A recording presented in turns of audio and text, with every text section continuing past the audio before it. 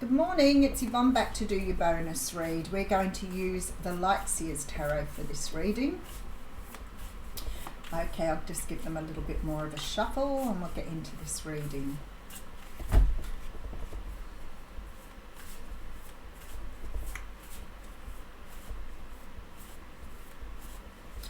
I just want to just say something here because Spirit's sort of talking to me and saying, you know, don't waste your energy trying to enforce something that you don't have any control over. Don't waste your time and energy. Don't waste your time and energy trying to control something that you have no control over. All right. So ask yourself, do I have control over this? You might have control over your own thoughts and feelings, but I'm talking about external control. All right, let's have a look. What is going on, Mr. King of Wands? Okay, so I've just got that one. Let's get into it. I'm fully understanding where we're going with this reading already. The King of Wands is a card that represents Leo, Aries, Sagittarius, the fire signs. The King of Wands is a person who is the king in the suit of fire. He is the one who's learned to temper the fire. He knows how to use that passion and that drive to take him in the direction he wants to go in. So he's very sure about what he wants. He can be very confident, very attractive, very self-assured. There's nothing more beautiful than a confident person. And he knows what he wants. He knows his direction. He knows where he's going.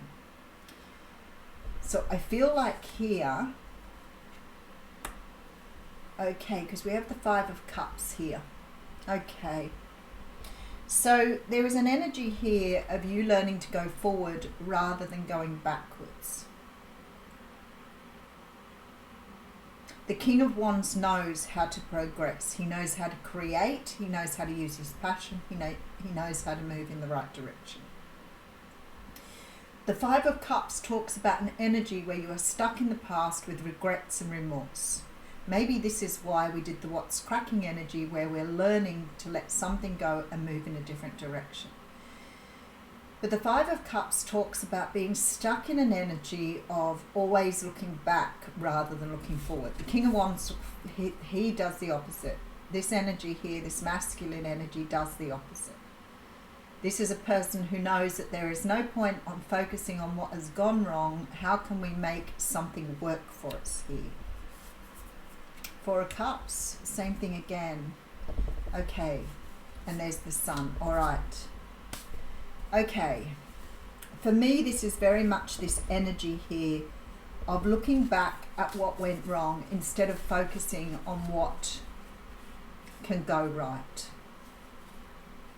You know, somebody was talking about something the other day and I thought we can probably all relate to this. You know, there are no such thing as mistakes. You know me, I'm really strong on the English language, and I find that sometimes we focus on negative words like crazy and we don't use enough of the positive words in our language. You know, we focus on rejection rather than choice. We focus on the negative words rather than the positive words. So listen to what you're saying. Listen to what other people are saying as well.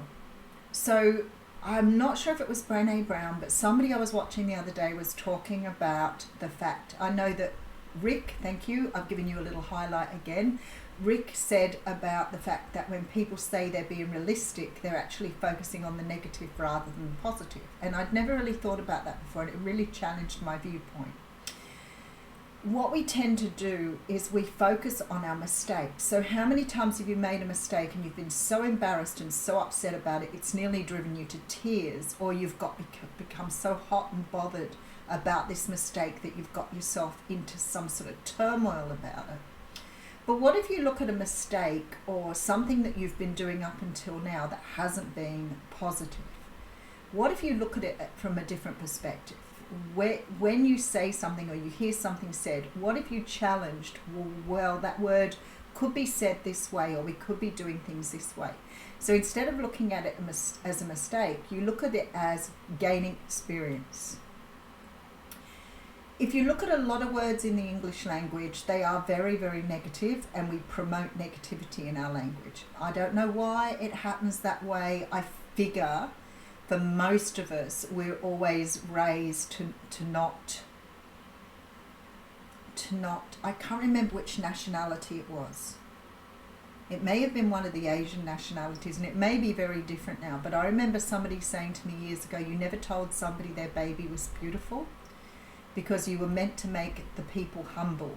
So you told them that their baby was ugly, because that way they would be humbled by that. So I wonder if we do it to humble ourselves, because we don't have expectations that way. Because if we believe in something and we get disappointed, then when we're disappointed, we might get upset with ourselves for believing more than we could do. Why are we like that? Why do we err on the side of negative rather than the side of positivity?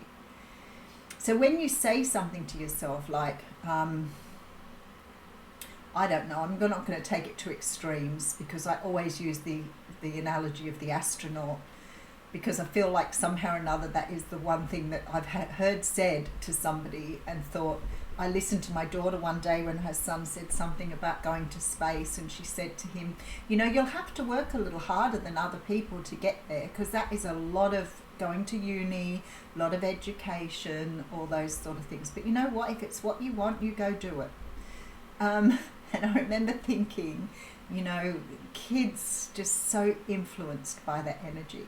If she'd have turned around to him and said, well, you'll never be an astronaut, that could have torn down everything in his mind that he's dreamed about, everything, all his dreams. So I feel like here, there is some way of thinking here where you focus on the negative rather than the positive. You focus on the loss rather than the gain. You focus on the heartbreak rather than the sunshine. And I feel like something here is telling you, absolutely, this is about closing out some sort of cycle. All right. So you may focus always on the negative. So ask yourself, am I looking at this in the best possible way? If something has not worked out the way I wanted it to, why am I focused on the loss and the sadness of it rather than being focused on what I've got to gain here? Why do we do that? We do it. Absolutely. So I feel I give myself times now.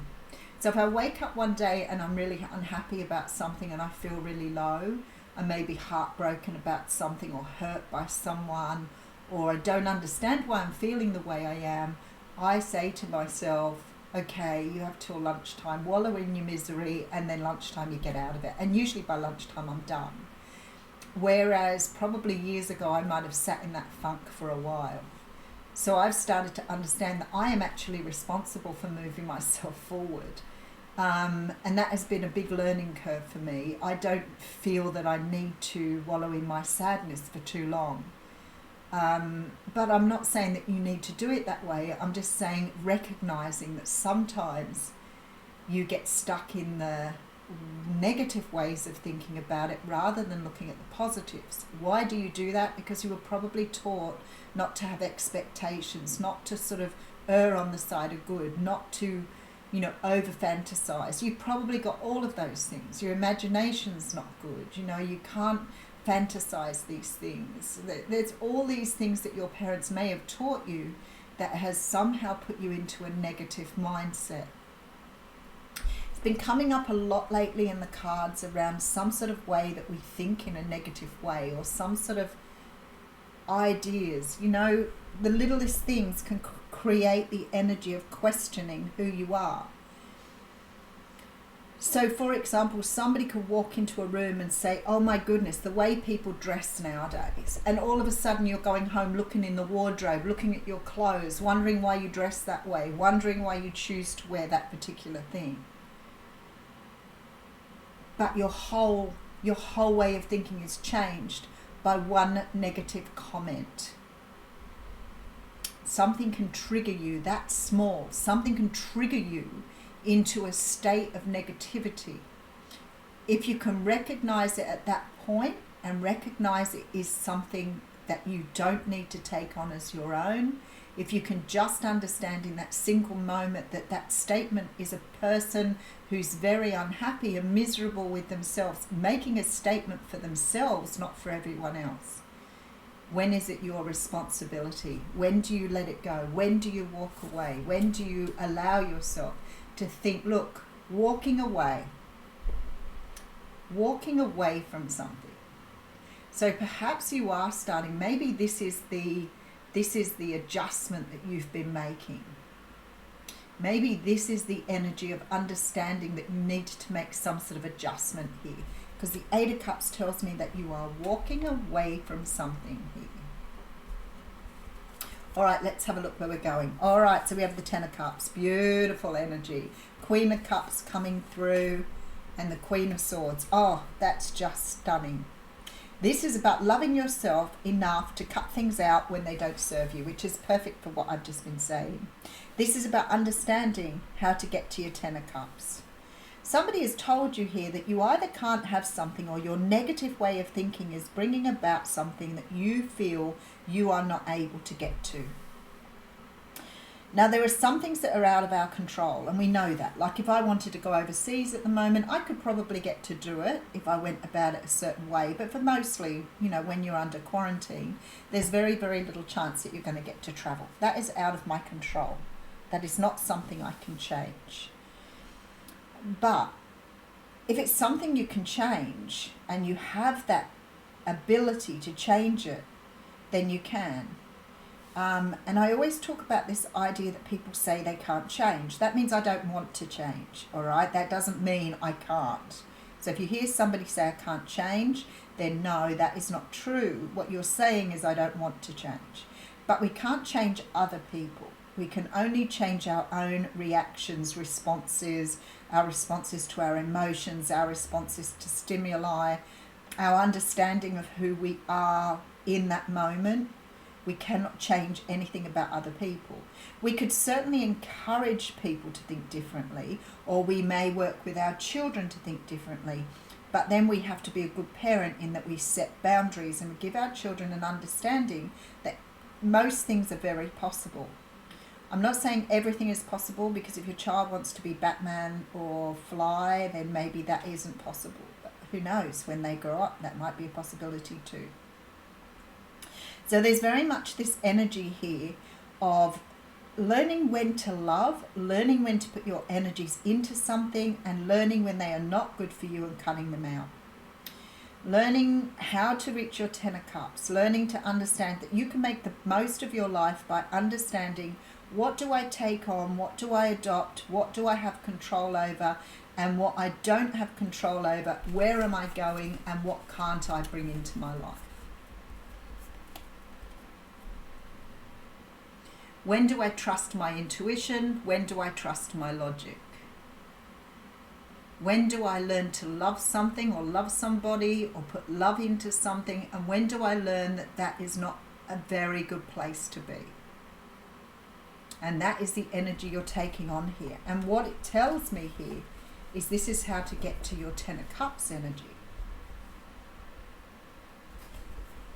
This is what you're moving away from here. All right, so we have the Emperor coming through with the Ace of Swords, loving it, Ace of Swords energy again, and the Ten of Swords, end of negative thinking. This is about learning the truth and standing in your power with this Emperor here.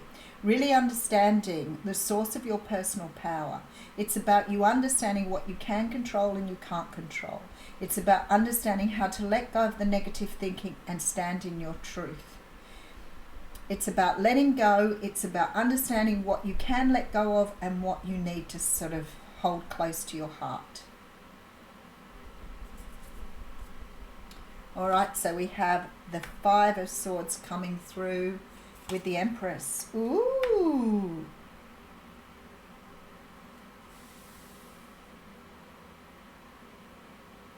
That's really beautiful energy here. Five of Wands, Five of Swords. Empress, Emperor energy. I want to get a little bit deeper with this because I feel like there's a message here for somebody. Because you're having some conflict over here maybe over some sort of situation, maybe over a person here, but certainly over your power. What do you have power of control over? You don't have control over another person. You don't have the control to make somebody want you, love you, or whatever else. But this is somebody here who is matched to your Empress. Are you trying to have control over the way you feel or control over the way somebody else feels? Let me just get into it a bit further, because there's some sort of conflict that needs to be addressed.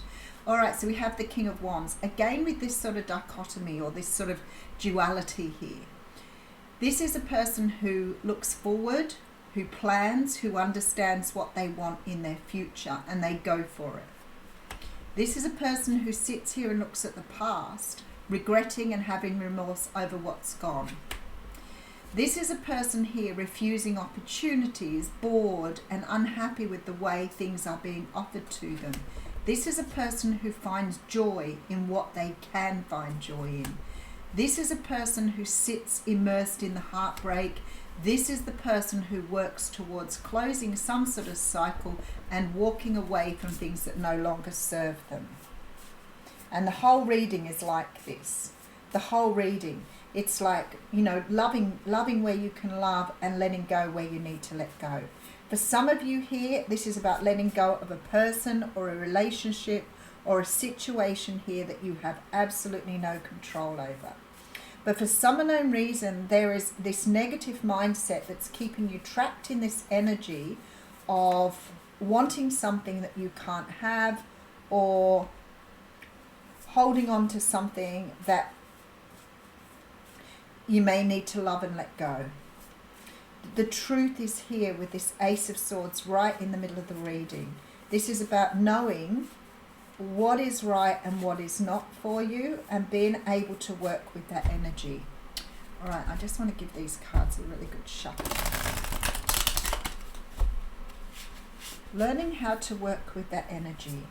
Because the Five of Swords, Five of Wands for me is really a mental conflict, but it's also with the Five of Swords walking away from something even though it's not what you want to walk away from.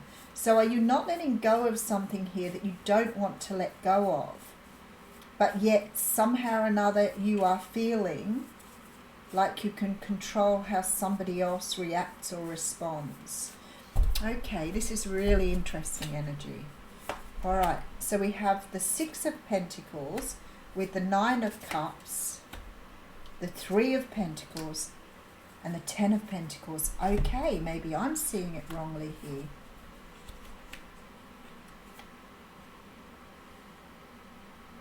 Maybe it's something that you are regretting or feeling you have no control over, that you do have control over. So is there something in your life you feel you have no control over, but yet you have more control in this situation than you feel you do? Is that what you're trying to say here, especially with this Ace of Swords? Because it's saying here with the Six of Pentacles that by co-creating you can make your wishes come true. There is some sort of soul contract here. And somehow or another there is this beautiful energy in the Ten of Pentacles that something is possible here that you think is impossible. Because there's a wish being granted here. And it's got something to do with some sort of soul contract here and happiness and joy. It's about manifesting something here that you really want, that perhaps you've been focused on the negative self. It's about bringing something into existence here that you felt you did not have the power to do.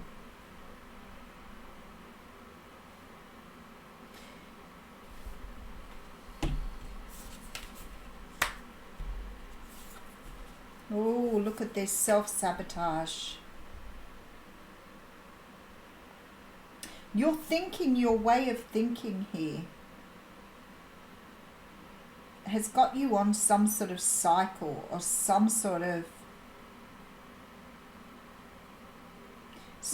energy where you're going round and round. Maybe you sort of feel the manifestation, but then you tell yourself it's not possible.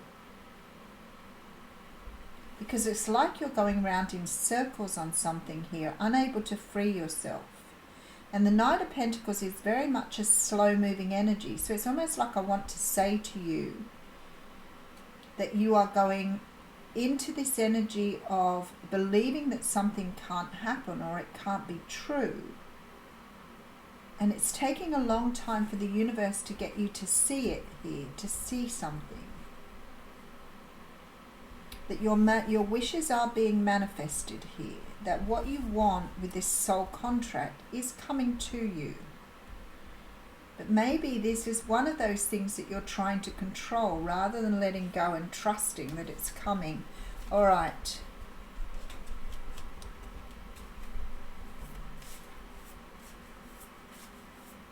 I love these really deep readings, but geez, they get my mind going. King of Cups, Page of Pentacles, something's going to be shown to you here. Seven of Pentacles, and the Chariot. All right. A lot of water energy here, Cancer energy. Something is about to be shown to you here to help you move forward. There is something you're stuck in here, some sort of energy of being stuck, unable to move forward. I feel like you might be sort of feeling like you can't manifest something or bring something into existence. But this is really telling me that it's all possible here because there's forward movement here. There is something moving forward that you thought was stuck. I'll have to leave it, otherwise I'm going to give myself a conniption. Trying to work it out. I'll leave you with it. You may know for yourself then what it's all about. There is some sort of thinking that you are stuck in. So rather than thinking the positives, you are going to the negatives and believing it's not possible. And the universe is saying here, time to go. Maybe it's not possible. Maybe they're saying you can't control it. Maybe you're learning that you can't control. Whatever it is for you, I feel like you're being led on a new path here. Let's read this and see what comes in. This is about endings, completion, walking away from something because there is nothing else to learn or experience. Wow, that is the Eight of Cups energy right there. You are at the end of one journey and have not yet begun the next. This is a moment to bless your experience thus far. Take stock of what you've learned. It's time to move on to new experiences and a new way of being. There is nothing left for you to do, be, or experience in your present circumstances. Take the risk and move on, even if you need to be in transition for a time. Your destiny is calling you. So maybe that's why I got that energy here. Learning when to stay and love, and learning when to let go. But I feel this is more around your way of thinking about things. All right, I will leave you with that. Thank you.